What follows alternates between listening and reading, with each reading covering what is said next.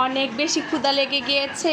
এই তো হাঁড়ি পাতিল নিয়ে বসে গিয়েছি, দুপুরে খাবার খাবো এখন। তো এখানে হচ্ছে ডাল রান্না করেছি, আর এদিকে ভাত রয়েছে এখানে মুরগির মাংস তরকারি রান্না করেছি আলু দিয়ে।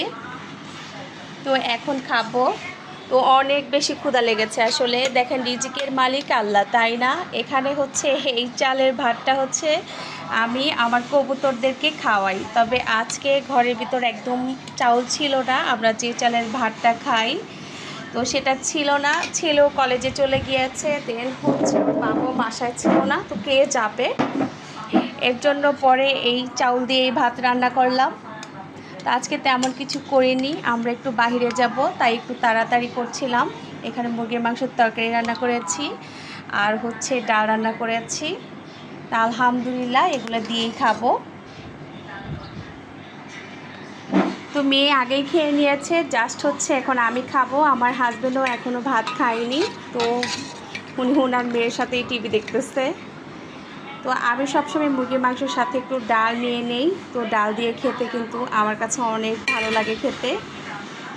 আর হচ্ছে সাথে একটু লেবু তো থাকতেই হবে। আমার মেয়ে কিন্তু এই লেবু খাওয়াটা আমার মেয়ের কাছ থেকে শেখা। ও এত মজা করে লেবু দিয়ে ভাত মাখিয়ে খায়, মানে যা দেখলে একদম জিভে পানি চলে আসে। তো ওর খাওয়াটা আসলেই দেখলে আমার কাছে খুব ভালো লাগে। বিসমিল্লাহ।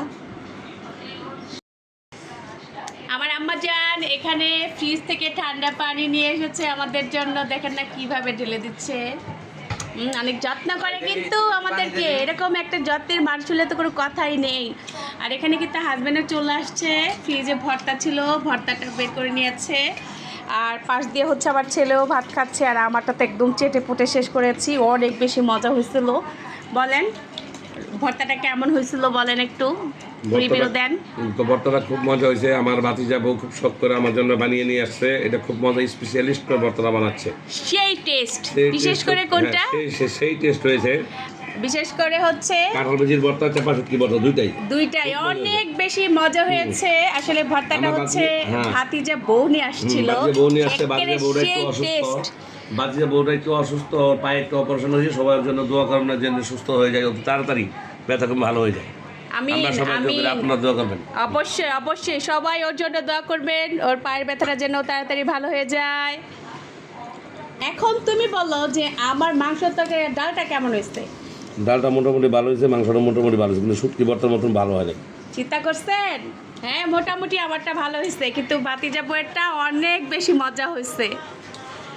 তো এই ছিল আমার আজকের ভিডিও। সবাই ভালো থাকবেন আর আমার পরিবার জন্য অনেক অনেক দোয়া করবেন। টাটা।